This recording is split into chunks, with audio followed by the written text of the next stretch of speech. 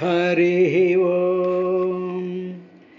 సకల ప్రాణి హృదంతరాళముల భస్వజ్యోతి అయ్యుండు సూక్ష్మకళుండు అచ్యుతుడు అయ్యడన్ విరటజాగర్భంబు తాచక్రహస్తకుడై విష్ణుమాయగప్పి కురు సంతానార్థియై అడ్డమై ప్రకట స్ఫూర్తి వ్రణంచె ద్రోణతనయ బ్రహ్మాస్త్రమున్లీలతో.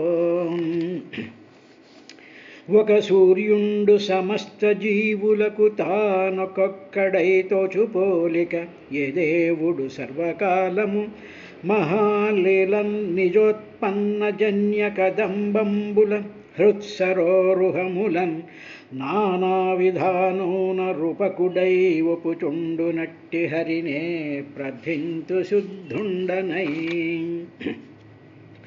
త్రిజగన్మోహన నీలకాంతి తను ఉద్దీపింప ప్రభాత నిరజబంధు ప్రభమైన చలముపైన్ రంజిల్ల నీలాలకవ్రజ సంయుక్త ముఖారవిందమతి సేవ్యంబై విజృంభింప మా విజయుంజేరడు వన్నెలాడు మదిన వేసించునల్లప్పుడున్ హయరింఖా ముఖధూళి ధూసర పరిన్యస్తాలకోపేతమై రయజాతశ్రమతోయ బిందుయుతమై రాజిల్లు నెమ్మోముతో జయమున్ పార్థునగిచ్చు వెట్క అని నా శస్త్రాహతించలనొచ్చియు పోరొనరించు మహానుభావు మదిలో చింతింతున శ్రాంతమున్. నరుమాటల్ విని నవ్వుతో ఉభయ సేనా మధ్యమక్షోణిలో పరులిక్షింపరథంబు నిల్పి పరభూపాలావళించూపుచున్ పరభూపాయువులెల్ల చూపులన శుంభత్కేళి వంచించు ఈ పరమేశుండు వెలుంగుచుండెడు హృత్పద్మాసనాసీనుడై. కుప్పించి ఎగసిన కుండలంబుల కాంతి గగన భాగంబెల్ల కప్పికొనగా ఉరికిన ఓర్వక ఉదరంబులోనున్న జగములవ్రేగున జగతి కదల చక్రంబుజే పట్టి చనుదెంచురయమున పైనున్న పచ్చని పటము జార నమ్మితి నాలావునగు బాటు సేయక మన్నెంపుమని క్రీడి మరలదిగువ కరికి లంఘించు సింహంబు కరణి మెరసి నేడు భీష్ముని జంపుదు నిన్నుగాతు విడుగు మర్జునయంచు మద్విశిఖ వృష్టి తెరలితను జంచు దేవుండు దిక్కు నాకు. హరి ఓం. శ్రీ గురుభ్యో నమః. ఓ విదురా, నీకు గుర్తుండే ఉంటుంది, దేవహూతి తన కొడుకైనటువంటి కపిల మహర్షిని చూసి ఒక మాట అంది. ఏమిటంటే అది ప్రకృతే పురుషస్యాపి లక్షణం పురుషోత్తమ బ్రూహి కారణయోరస్య సదసచ్చయదాత్మకం. ఓ కుమార, ప్రకృతే ప్రకృతి యొక్క పురుషస్య పురుషుడి యొక్క లక్షణం చెప్పు పురుషోత్తమ. ఓ పురుషోత్తమైనటువంటి ఒక మా అబ్బాయి బ్రూహి చెప్పు నువ్వు. కారణయోరస్య కారణం సద్ అసత్ యద్ ఆత్మకం. సత్ ఉన్నది ఒకటి, లేని విధంగా లేనిది ఉన్నట్టుగా భాషించేటువంటిది అసత్. లేనిది ఉన్నట్టుగా భాషించేటువంటిది, యాక్చువల్గా ఉన్నది ఉన్నట్టుగా ఉండేటువంటిది సత్. అసత్ ఈ రెండిట్లోనూ కూడా ఆత్మకం. ఈ రెండిట్లోనూ ఉండేటువంటి ఆ కారణం ఏమిటి? కారణయోరస్య బ్రూహి, అది చెప్పు అని చెప్పి ఆవిడ 26వ అధ్యాయంలో 9వ శ్లోకంలో అడిగినప్పుడు ఇంతవరకు కూడా, అంటే 26వ అధ్యాయంలో ఈ 71వ శ్లోకం దగ్గరికి వచ్చేటప్పటికి ఆయన ఏం చెప్పాడు అంటే, అమ్మా ఈ అండం ఒకటి ఫార్మ్ అయింది, ఈ అండంలోనేమో మహత్తు అంటే ప్రకృతి యొక్క ఇది, తర్వాత పంచభూతాలు, తర్వాత అహంకారము అనేటువంటి ఈ ఏడిటితోనూ కూడా ఒక అండం ఫార్మ్ అయింది. ఈ మహత్తు అనేటువంటి దాంట్లో ఏమున్నాయంటే పంచభూతాల యొక్క అంశాలు, తర్వాత పంచప్రాణాలు, తర్వాత పంచతన్మాత్రలు, ఈ పంచ సంబంధమైనటువంటివన్నీ కూడా ఉన్నాయి. దాంట్లోనే ప్రతి జీవికి పంచిపెట్టవలసినటువంటి మనస్సు, బుద్ధి, చిత్తం, అహంకారం అనేటువంటి 4 ఉన్నాయి. ఈ 24తో పాటు కాలం అనేటువంటిది ఒకటి ఉందమ్మా. ఈ కాలము ఈ వీటిని కలిపినటువంటి ముద్ద అంతటిని కూడా ప్రధానము అంటారు, లేకపోతే మహత్ అంటారు. ఈ మహత్తు తర్వాత పంచమహాభూతాలు, తరువాత ఈ అహంకారము అంటే చిత్తం, అంటే భగవంతుడి యొక్క నేను అనేటువంటి ఆ మహత్తరమైనటువంటి ఆ స్ఫురణ ఉందే, నేను అనేటువంటి స్ఫురణ, ఈ ఏడిట్లోనూ కూడా భగవంతుడి యొక్క చైతన్య శక్తి ప్రవేశించిందమ్మా. ఈ లోపల ఇందులో ఉండేటువంటి ఆ జీవులందరూ ఎలా వచ్చారు అంటే ఆ తేజస్వరూపంలో కన్నాలు కింద ఏర్పడి, ఆ కన్నాలలో సమస్తమైనటువంటి నవరంధ్రాలు కూడా ఏర్పడాయి. అదేవిధంగా ఈ కాళ్ళు, చేతుల్లోనూ శరీరంలోనూ ఉండేటువంటి రోమాలకు కావలసినటువంటి రంధ్రాలు, ఛిద్రాలు కూడా ఏర్పడ్డాయి సమస్త జీవులకి కూడా. ఈ ఛిద్రాలు కొన్నేమో విసర్జనేంద్రియాల కింద పనిచేస్తూ ఉంటాయి, కొన్ని ఈ జ్ఞానేంద్రియాల కింద పనిచేస్తూ ఉంటాయి అని చెప్పి ఈ సృష్టిలో సమస్త జీవులకి ఉండేటువంటి సమ్ టోటల్ యాస్పెక్ట్స్ అన్నీ కూడా ఆయన చెప్పి ఇదంతా ప్రకృతి లక్షణం అమ్మా అని చెప్పిన తర్వాత, అమ్మా నువ్వు పురుషుడంటే ఎవరు అని అడిగావు కదా, ఆ పురుషుడు ఎవరు అంటే యథా ప్రసుప్తం పురుషం ప్రాణేంద్రియమనోదియ ప్రభవంతి వినాయేననుత్థాపయితుమోజస. అమ్మా ఇక పురుషుడు అనేటువంటిది ఏమిటంటే అధిష్టాన దేవతలు కూడా వచ్చారు, వాళ్ళు శక్తులు. వాళ్ళు ఈ శక్తులు ఉన్నా సరే ఈ గర్భాశయంలో ఉండేటువంటి పిండంలో ఇవన్నీ వచ్చాయి, నోరు, ముక్కు, ఇవన్నీ కన్నాలు, ఇవన్నీ వచ్చేసాయి, రోమాలతో సహా వచ్చాయి. అందుకనే పుట్టిన పిల్లవాడికి చూడండి జుట్టు ఉంటుంది, శరీరం మీద కొంతమందికి రోమాలు ఉంటూ ఉంటాయి. కాబట్టి ఇవన్నీ కూడా వచ్చేసాయి, కానీ వాడు బయటకు రావడానికి శక్తి చాలలేదు. అధిష్టాన దేవతలు ఉండి కూడా ఆ నీటి బొంగను కట్ చేసుకుంటూ బయటికి రావాలి అంటే ఆ పరమాత్మ యొక్క చైతన్య స్వరూపం ఏదైతే ఉందో, చిత్తేన హృదయం చైత్య క్షేత్రజ్ఞ ప్రావిశతే, ఆ చైతన్య శక్తి అంటే పరమాత్మ యొక్క చైతన్య శక్తి ఆ లోపలికి ప్రవేశించిన తరువాత ఈ ఆ శరీరం ఆ ఉండేటువంటి నీటి యొక్క పొరని బద్దలు చేసుకుంటూ హిరణ్మయ స్వరూపమైనటువంటి ఆ బ్రహ్మాండంలోంచి అక్కడ విరాట్ స్వరూపుడు వచ్చాడు. అదేవిధంగా జీవులలో, మానవుల్లో ఉండేటువంటి గర్భాశయంలో ఆ ఉమ్మి నీరుని పగలకొట్టిన జీవుడు వచ్చాడమ్మా అని చెప్పిన తర్వాత ఇప్పుడు ఏం చేశారని 72వ శ్లోకంలో 26వ అధ్యాయం చివరిదైనటువంటి 72వ శ్లోకంలో కపిల మహర్షి తల్లికి ఈ విధంగా చెప్తూ, తమస్మిన్ ప్రత్యేగాత్మానం ధియా యోగ ప్రవృత్తయా భక్త్యా విరక్త్యా జ్ఞానేన వివిచ్యాత్మని చింతయేత్.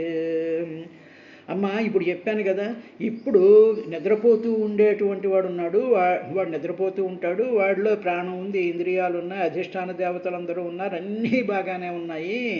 కానీ వాడు నిద్ర అధిష్టాన దేవతలు ఉన్నంత మాత్రంలో చేతుల్లో ఉండేటువంటి ఇంద్రుడు వచ్చి నువ్వు లేరా నిద్రపోతున్నావు అని వాడు అనలేడు, చెవుల్లో ఉండేటువంటి దిగ్దేవతలు అనలేరు, నోట్లో ఉండేటువంటి అగ్ని అనలేడు, కళ్ళల్లో ఉండేటువంటి సూర్యుడు అనలేడు, మనసులో ఉండేటువంటి చంద్రుడు కూడా నువ్వు లే అని చెప్పి ఈ టోటల్ శరీరాన్ని పైకి లేపడం అనేటువంటి ఆ మెలకువ, ఆ ఎరుక, ఆ కార్యక్రమాన్ని అంటే పైకి లేవడం అనేటువంటి కార్యక్రమాన్ని ఎవరు చేస్తారు అంటే హృదయంలో ఉండేటువంటి క్షేత్రజ్ఞుడు చేస్తాడు. క్షేత్రం అంటే శరీరం క్షేత్రం. ఈ క్షేత్రం యొక్క ఆనుపానులన్నీ తెలిసినటువంటి వాడు క్షేత్రజ్ఞుడు. జ్ఞ అంటే తెలుసుకున్నటువంటి వాడు. ఏమిటి పని, ఏదైతే పని చేస్తూ ఉంటాయి అనేటువంటి సమస్య రహస్యాలు ఎవరికి తెలుసునంటే ఆ లోపల ఉండేటువంటి ఆల్రౌండర్కి మాత్రమే తెలుసు, మిగతా వాళ్ళకి తెలుసు. చేతుల్లో ఉండేటువంటి ఇంద్రుడికి, కళ్ళల్లో ఉండేటువంటి సూర్యుడి యొక్క సూర్యుడితో కంట్రోల్ ఉండదు ఆయనకి, అదేవిధంగా సూర్యుడికి చేతులతో కంట్రోల్ ఉండదు. కాబట్టి ఈ దేవతలందరూ కూడా they are dependent on one universal system. అది క్షేత్రాజ్ఞుడులో అంటారు, వాడు హృదయం లోపల ఉంటాడమ్మా. ఇప్పుడు అడిగేమే ప్రకృతి అంటే ఇవి, ప్రకృతిలో ఉండేటువంటి సమస్త దేవతలు, తర్వాత 24 తత్వాలు, కాలము, మాయ, ఈ గోలంతా చెప్పాను కదా, ఇదంతా కూడా ప్రకృతి. ఇక పురుషుడు ఎవరు అని అడిగావు కాబట్టి ఆ పురుషుడు ఏమిటంటే హృదయం స్థానంలో ఉండే, హృద్దేశే తిష్టతి అర్జున, హృదయస్థానంలో ఉండేటువంటి ఆ చైతన్య శక్తి ఏదైతే ఉందో అది చిత్తేన హృదయం చైత్య, హృదయం చైత్య, చైతన్య శక్తి హృదయంలో ఉంటుంది. కాబట్టి ఆ హృదయంలో ఉండేటువంటి ఆ చైతన్య శక్తి యొక్క అంశ ప్రతి జీవిలోనూ కూడా ఉంటుంది. అది మానవుడనే కాదు, బ్రహ్మాది దేవతల దగ్గర నుంచి సామాన్యమైనటువంటి అతి సూక్ష్మమైనటువంటి కీటకాల్లో కూడా అది వ్యాపించి ఉండేటువంటిదమ్మా. అది పురుషుడు. నువ్వు పురుషుడంటే ఎవరని అడిగావుగా, వాడు పురుషుడమ్మా. ఇప్పుడు నువ్వు చేయాల్సినటువంటి పని ఏమిటంటే, చేతిలో ఉంటే ఇంద్రుడిని, కళ్ళల్లో ఉండేటువంటి సూర్యుడిని, చెవుల్లో ఉండేటువంటి దిగ్దేవతల్ని, వీటిని కాదు నువ్వు చేయాల్సినవి. ఏమిటంటే అస్మిన్ ప్రత్యేగాత్మ. ఇప్పుడు ఆ హృదయంలో ఉండేటువంటి చైతన్య శక్తి ఉందే దాన్ని ప్రత్యేగాత్మ అంటారమ్మా. దానిని ప్రత్యేక ఆత్మ అంటే ఏమిటి, అంతరతమమగు ఆత్మ అంటే మన శరీరంలోకి వచ్చాడుగా. ప్రత్యేగాత్మ అంటే సర్వవ్యాపకమైనటువంటి వాడి చుట్టూ ఒక శరీరం ఏర్పడింది అంటే ఏమిటనమాట, వ్యాపించిపోయి ఉన్నటువంటి స్పేస్లో ఒక కుండ పెట్టామనుకోండి, కుండలో ఏమవుతుంది, అందులో ఖాళీ స్థలం ఉంటుందిగా, బయట కూడా ఖాళీ స్థలం ఉంటుందిగా. ఇప్పుడు కుండలో ఉండేటువంటి ఖాళీ స్థలం ప్రత్యేగాత్మ అంటే ఆ స్పేస్ అన్నమాట. అదేవిధంగా సమస్తంలోనూ వ్యాపించిపోయి అవ్యక్తంగా ఉండేటువంటి చైతన్య శక్తి శరీరంలోకి అంటే కుండలోకి స్పేస్ వచ్చినట్టుగా శరీరంలోకి వచ్చినటువంటి ఆ ఆత్మస్వరూపం ఉంది. ఆ ఆత్మ ఏమిటి అంటే సత్యం, జ్ఞానం, అనంతమైనటువంటిది ఆత్మ. అదేమో నిత్యం, శుద్ధం, బుద్ధం, ముక్తం. అది సర్వవ్యాపకమైనటువంటిది, సర్వజ్ఞత్వం కలిగినటువంటిది, సర్వశక్తి సమన్వితమైనటువంటి, సర్వమాయుడు కూడా తన అధీనంలో పెట్టుకునేటువంటి ది ఆత్మ. ఆ ఆత్మ శరీరంలోకి వచ్చి హృదయం స్థానంలో కూర్చుంది కాబట్టి దానిని ప్రత్యేగాత్మ అంటారు. అదొక పేరు పెట్టారమ్మా, అంతే, ఏం కాదు. ప్రత్యేగాత్మ అన్నా బయట కుండలో ఉండేటువంటి ఖాళీ స్థలం అన్నా బయట ఉన్న ఖాళీ స్థలం అన్నా ఒకటేగా. కాబట్టి ఊరికినే శరీరంలో ఉండేటువంటి అంతరతమైనటువంటి ఆత్మను ప్రత్యేగాత్మ అంటారు. ఇప్పుడు మనం ఏం చేయాలి అనేటువంటి విషయాన్ని చివరి శ్లోకంలో ఆయన అద్భుతంగా చెప్తూ భక్త్యా విరక్త్యా జ్ఞానేన వివిచ్యాత్మని చింతయేత్. ఇప్పుడు నువ్వు ధ్యానించవలసినటువంటిది ఏమిటి అంటే నీ కళ్ళల్లో ఉండేటువంటి రెటీనా గురించా, చెవుల్లో ఉండేటువంటి ఆ చెవుడు గురించా, లేకపోతే పళ్ళల్లో ఉండేటువంటి రోగం గురించా, హృదయంలో ఉండేటువంటి బ్లాక్స్ గురించా, కాళ్ళల్లో ఉండేటువంటి నిస్సత్తువు గురించా, శరీరంలో ఉండేటువంటి రోగాలు రోష్టుల గురించా, ఇవి కాదు నువ్వు ఆలోచించాల్సినటువంటిది. నీ ఆలోచన ఎప్పుడు కూడా హృదయస్థానంలో వెలుగుతూ ఉండేటువంటి ఆ భాస్వజ్యోతి అయి ఉండేటువంటి వాడిని భక్తితో విరక్త్యా, ఈ శరీర పార్టుల మీదంతా కూడా విరక్తి పెంచుకుని జ్ఞానేన, జ్ఞానంతో అంటే ఓ స్వామి నువ్వు శక్తి సమన్వితుడైనటువంటి వాడు హృదయ మధ్యంలో ఉండి నా సమస్తమైనటువంటి ఇంద్రియాలలోకి ప్రాణస్వరూపంలో వచ్చి ఆ ఇంద్రియాన్ని పనిచేయిస్తూ వాటి చేత ఈ జీవితం అనేటువంటిది గడిపిస్తూ ఉండేటువంటి మహాత్ముడివి అని చెప్పి ఈ శరీర పార్టుల మీద, శరీరాల్లోనూ ఉండేటువంటి మనుషులతోనూ మమకారాలతోనూ వీటితో ఉండేటువంటి వాటిలన్నిటి కూడా విరక్తిని, దాని మీద రక్తిని తగ్గించి భక్తితో అమ్మ స్వామి నువ్వు ఉన్నటువంటి వాడివి నువ్వే, నువ్వు అన్నిట్లోనూ ఉన్నావు కాబట్టి అన్నిట్లో ఉన్నటువంటి వాడివి మా కర్మ కొద్దీ చెట్టులాగా, పుట్టలాగా, మనుషుల్లాగా, నవ్వుల్లాగా, ఏదో వీళ్ళలాగా వాళ్ళలాగా కనిపించి వాళ్ళని మెప్పిస్తూ వాళ్ళ చుట్టూ తిరుగుతూ వాళ్ళ నవ్వులు నవ్వుకుంటూ కూర్చునేటువంటి విధంగా చేసేస్తున్నావు స్వామి. ఇది కాదు లోపల ఉండేటువంటి ఆ శుద్ధ చైతన్య స్వరూపం అనేటువంటి దానిని వివిచ్య అంటే వివేచన చెయ్యాలి. అంటే నువ్వు ఈ శరీరంలో అంతటా వ్యాపించిపోయినటువంటి దానిని, ఆ జ్ఞానాన్ని, ఆ శక్తిని, ఆ రంగుని, ఆ వెలుగుని, ఆ స్ఫురణి వివిచ్య బయటికి లాగి దానిని చూడాలి. అలాగా మన శరీరంలో ఉండేటువంటి ఆత్మస్వరూపమైనటువంటి ఆ భగవంతుణ్ణే వివిచ్య బయటికి లాగి గొళ్ళల్లో మనం ఆ విగ్రహాల కింద పెట్టి వాటిని పూజిస్తూ ఉంటాం. అది దాని అర్థం. అందువల్ల గుడి అంటే ఏమిటి? దేహో దేవాలయ అని ఉపనిషత్తు చెప్పిందిగా, దేహం దేవాలయం. కాబట్టి దేవాలయంలో ఉండేటువంటి ఆ విగ్రహం ఎవరు అంటే ప్రత్యేగాత్మ. మనలో ఉండేటువంటి ప్రత్యేగాత్మని మన అద్దంలో మన మొహం చూసుకుని ఏడుస్తున్నట్టుగా మనలో ఉండేటువంటి ప్రత్యేగాత్మను మనం చూడలేక ఎదురుగా ఉండేటువంటి విగ్రహంలో చూస్తూ దానిని పూజించాలి తప్ప మనకి పనులు చెప్పేటువంటి వాళ్ళని పూజించుకుంటూ వాళ్ళ కాళ్ళకి నమస్కారాలు పెట్టుకుంటూ వాళ్ళతో నవ్వులు చేసుకుంటూ ఉండేటువంటిది మాత్రం చేయకూడదమ్మా. వివిచ్యాత్మని చింతయే, దానినే ఎప్పుడూ నువ్వు చింతిస్తూ ఉండాలి. సో ఇప్పుడు చాలా క్లియర్గా కపిల మహర్షి సమస్తమైనటువంటి మానవులకి ఏం చెప్పాడంటే, ఏమర్రా ఈ ప్రకృతి యొక్క లక్షణాలు అన్నీ చెప్పేశాను. ప్రకృతి లక్షణాలతో ఉండేటువంటి సర్వ జీవరాశులకి సమస్త లోకాల్లో ఉండేటువంటి శరీరాలన్నీ ఉంటాయి. కానీ వాటి మధ్యలో భాస్వజ్యోతి అయి అంతర్గత జ్యోతి అంతర్గత జ్యోతి భాస్వజ్యోతి ఒక సూర్యుండు సమస్త జీవులకు తానొక్కొక్కడై తోచుపోలిక. ఆ సూర్యుడి లాంటి లోపల ఉండేటువంటి ఆ ఆదిత్య స్వరూపమైనటువంటి వాడిని ఎప్పుడు కూడా చింత చెయ్యాలమ్మా. నువ్వు చేయవలసినటువంటి పని మాత్రం ఇదే అని చెప్పి భాగవతం 26వ అధ్యాయాన్ని ఆ విధంగా ఆయన ముగించారు.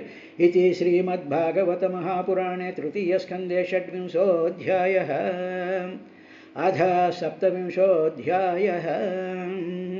ఇప్పుడు ప్రకృతి అంటే ఏమిటో తెలిసింది, పురుషుడు అంటే ఏమిటో తెలిసింది. ఇప్పుడు నువ్వు ప్రకృతిలో నువ్వు పార్ట్ అయిపోయావు. నీలో ఉండేటువంటి పురుషుణ్ణి, ఆ ప్రత్యేగాత్మని, ఆ భాస్వజ్యోతిని, ఆ అంతర్గత జ్యోతిని, ఆ పరమాత్మ స్వరూపమైనటువంటి వాడిని ఏం చెయ్యాలి అంటే వివేకం చేత, by using your intellect, by using your మనసు, బై యూజింగ్ యువర్ తర్కం, నీ లాజిక్, నువ్వు దాన్ని కన్విన్స్ అయ్యి ఓహో ఇది కరెక్ట్ అన్నమాట అనేటువంటి వివేకం చేత అప్పుడు నువ్వు మోక్షప్రాప్తి పొందుతావు అనేటువంటి విషయాల్ని ఈ 27వ అధ్యాయంలో కపిల మహర్షి చెప్పడం ప్రారంభించాడయ్యా విదురా అని చెప్పి మైత్రేయ మహర్షి విదురుడికి చెప్పినట్టుగా సుఖబ్రహ్మ పరీక్షన్ మహారాజుకి అక్కడ కూర్చున్నటువంటి సమస్తమైనటువంటి యోగి మండలాలకి, తర్వాత అక్కడ వచ్చే సమస్తమైనటువంటి జనులకి, పక్షులకి, అక్కడ ఉండేటువంటి సమస్త జీవరాశులు వినేటట్టుగా ఆ మహద్భుతమైనటువంటి విశేషాన్ని ఆయన చెప్పడం ప్రారంభించాడు అని చెప్పి నైమిసారణ్యంలో సూత మహర్షి సౌనికాది మహర్షులు చెప్తూ ఉన్నాడు. ఇదైన తర్వాత మొట్టమొదటి శ్లోకం శ్రీ భగవానువాచ. భగవంతుడైనటువంటి కపిల మహర్షి దేవహూతితో ఈ విధంగా అన్నాడయ్యా అని చెప్తూ, ప్రకృతిస్థోపి పురుషో నాజ్యతే ప్రకృతైర్గుణై అవికారాదకుత్వా అకర్తృత్వాన్ నిర్గుణత్వాద్ జలార్కవత్. అమ్మా పురుషుడు అంటే చెప్పాంగా, హృదయస్థానంలో ఉండేటువంటి ఆ పురుషుడు తన యొక్క శక్తి చేత అధిష్టాన శరీరంలో ఉండేటువంటి సమస్తమైనటువంటి ఇంద్రియాధిష్టాన దేవతలను మేల్కొల్పి వాటి ద్వారా ఇంద్రియములను మేల్కొల్పి ఆ ఇంద్రియముల ద్వారా మనసుని మేల్కొల్పి మనసు ద్వారా ఈ జగత్తులో ఉండేటువంటి కార్యకలాపాన్ని నిర్వహిస్తూ ఉండేటువంటి వాడు మెయిన్ స్విచ్. ఇప్పుడు ఆ మెయిన్ స్విచ్ మీద కానీ నీ మనసు లేకపోయినట్లయితే అప్పుడు నువ్వేం చేస్తూ ఉంటావంటే మెయిన్ స్విచ్లో నుంచే కరెంట్ వస్తోంది అన్న సంగతి మర్చిపోయి వీటిల్లోనే ఉన్నాను అనుకుంటూ ఉంటావు చూసావా. అలాగా ఈ శరీరాదులన్నీ కూడా ప్రకృతస్థ అపి, ఈ ప్రకృతి స్వరూపమైనటువంటి ఈ దేహంలో ఉన్నాడే అంటే కార్యం చేసేటువంటి దేహాన్ని ప్రకృతి అంటారు. ఉన్నాడుగా ఎవరు? పురుషుడు ప్రకృతిస్థో అపి ప్రకృతి అస్తి అపి ప్రకృతిలో అంటే మానవుడి యొక్క దేహంలో, సమస్త జీవరాశుల యొక్క దేహంలో, అలాగే చెట్టు పుట్ట సముద్రాలు నీళ్లు వీటిలన్నింటిలో కూడా దీని అంతటినీ ప్రకృతి అంటాంగా. దాని యందు ప్రకృతి అస్తి అపి అయి ఉన్న ఎవరు పురుషుడు అవికారాత్. ఇప్పుడు ఆ పురుషుడు ఎలా ఉంటాడమ్మా అన్నాడు. పంచమహాభూతాల గురించి చెప్పాడుగా. అగ్నిమయం ఇలా ఉంటుంది, వాయువు ఇలా ఉంటుంది, జలం ఇలా ఉంటుంది, ఆకాశం ఇలా ఉంటుంది, పంచభూతాల్లో మట్టి ఇలా ఉంటుంది, మశానం ఇలా ఉంటుంది, రక్తం ఇలా ఉంటుంది, వాటి పదార్థమయంగా ఆయన చూపించాడు. మరి హృదయస్థానంలో ఉండేటువంటి పురుషుడు ఎలా ఉంటాడు కదమ్మా, ఆ లక్షణాలు చెప్పమన్నావుగా. ఇప్పుడు ఆ ప్రకృతిలో ఉండేటువంటి అంటే ప్రకృతిలో ఉండేటువంటి ఆ పురుషుడు ఎలా ఉంటాడు? అవికారాత్. నంబర్ 1 అవికారం, ఏ వికారములు లేకుండా ఉంటాడు. ఇప్పుడు వికారములు అంటే మన శరీరంలో కలిగేటువంటి మార్పులన్నీ కూడా వికారాలే. ఇప్పుడు చిన్నప్పుడేమో చాలా ముద్దుగా, చాలా లేతగా, చాలా చిన్న చిన్న కాళ్ళు, చిన్న చిన్న చేతులు, మంచి నవ్వు, చాలా అమాయకంగా కనిపిస్తూ ఉంటాం. దాంట్లో వికారం మొదలవుతుంది. అంటే ఏమిటి? మార్పు చెందడం మొదలవుతుంది. ఆ ఆకారం పోయి మరొక ఆకారంలోకి ట్రాన్స్ఫార్మ్ అవుతూ ఉంటుంది, నెమ్మదిగా మారుతూ ఉంటుంది. ఇలాగ మారేటువంటి లక్షణం అమ్మ ప్రకృతికి ఉంది, కానీ ఈయనకి లేదు.